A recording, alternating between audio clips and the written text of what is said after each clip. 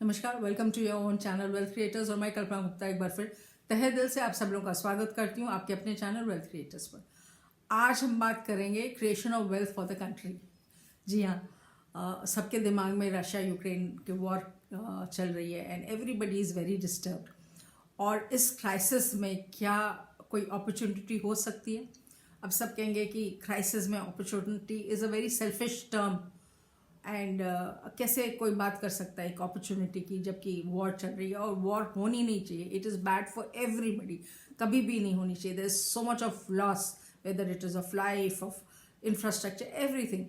लेकिन जब भी कोई क्राइसिस होती है तभी उसी से कुछ और निकलता है। और अगर जो आप अपॉर्चुनिटी देख रहे हैं जिससे कि बेटरमेंट हो, सोसाइटी बेटर हो, or the world will become a better place, then it is a positive sign. Here we are talking about an opportunity which can be a game changer for the world as a whole.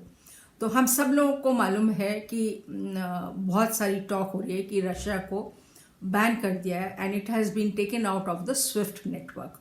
और उससे it is a tool which America and the European countries are using to punish Russia. लेकिन Russia तो punish होएगा ही, लेकिन उसके साथ साथ सारी कंट्रीज इफेक्ट होंगी, क्योंकि रशिया एक सुपर पावर है और सारी कंट्रीज उसके साथ ट्रेड करती हैं। तो चलिए जानते हैं कि व्हाट इज स्विफ्ट, उसका रशिया को उससे बैन करने में क्या इफेक्ट होएगा और क्या कोई ऑल्टरनेट है उसको, हु कैन काउंटर दैट। तो स्विफ्ट का अगर जो हम फुल फॉर्म करें तो स्विफ्ट का फुल फॉर्म है society for world wide financial telecommunication. तो it is a messaging system जिससे कि दो कंट्रीज़ के कस्टमर्स अपना लेन देन करते हैं, they do their transactions, financial transactions.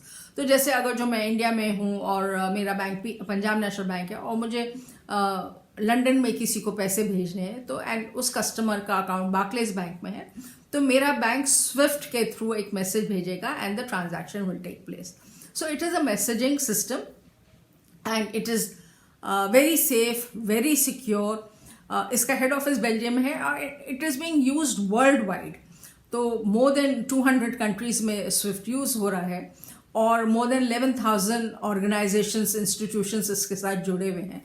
तो that is what SWIFT is, एक messaging safe, secure, reliable messaging system है।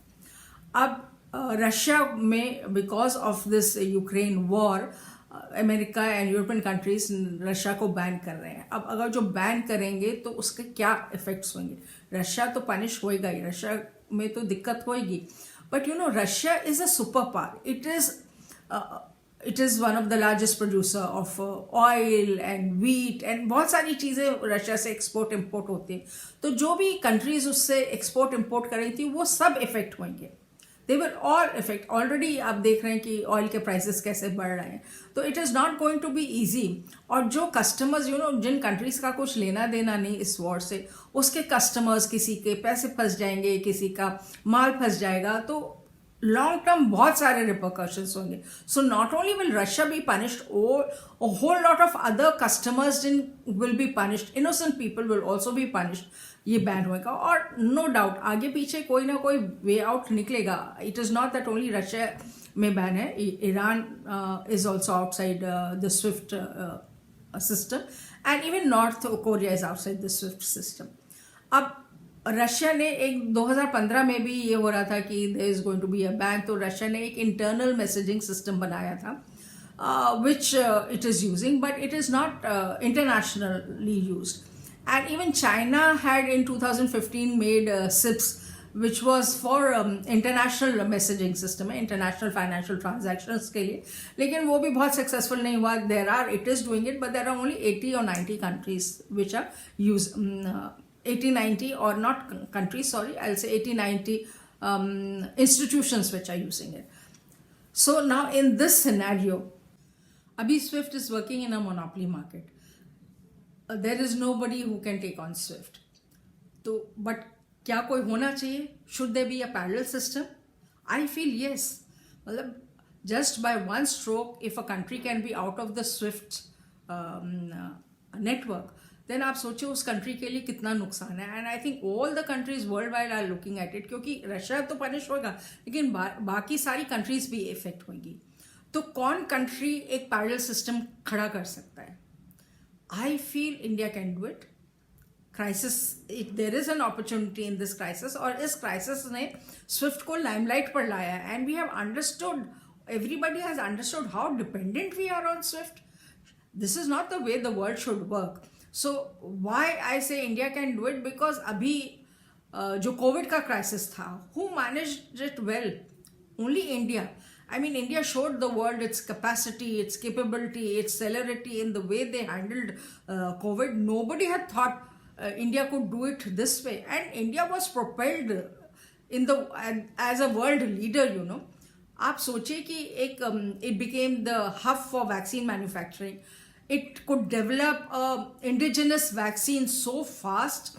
उसने अपने इतना ह्यूज पॉपुलेशन को वैक्सीनेट कर दिया जो किसी ने नहीं सोचा था. So the government, the pharmaceutical companies and the people at large, everybody rose to the occasion. और मुझे ये लगता है कि India has shown the world that it is a leader in the true sense. When all the European and American countries were struggling, India not only controlled it, but look, it sent vaccines free of cost to so many needy countries. Which other country did it? Where were all the superpowers? Nobody was out to help anybody. It was only India. So I think India, it's time that India took its position as a world leader on the stage. And India already has, you know, why India, I feel, because India is very advanced in technology. We all know that India is known for its IT sector. तो अगर जो India नहीं करेगा तो कौन करेगा? Number one. Number two, जो India के पास ऑलरेडी UPI है, which is working on an open source stack technology, which other countries can easily adapt to. And UPI is already, I don't know how many of you all know कि वो already through the liquid group करीब 10 countries के merchants already UPI को use कर रहे हैं. You know, countries like Malaysia, UAE, Philippines, Cambodia, बहुत सारी कंट्रीज यूज करें. अभी फरवरी में Nepal has started using UPI for international transactions also. तो अगर जो इंडिया इसी को स्केल अप कर सकता है तो it will be easily accepted by the countries, or this is the right moment. It only has to ensure that the security features are there totally, थोड़ी safety हो, secure हो, reliable हो, speed हो, and of course if it can bring down the transaction cost, then there is no beating.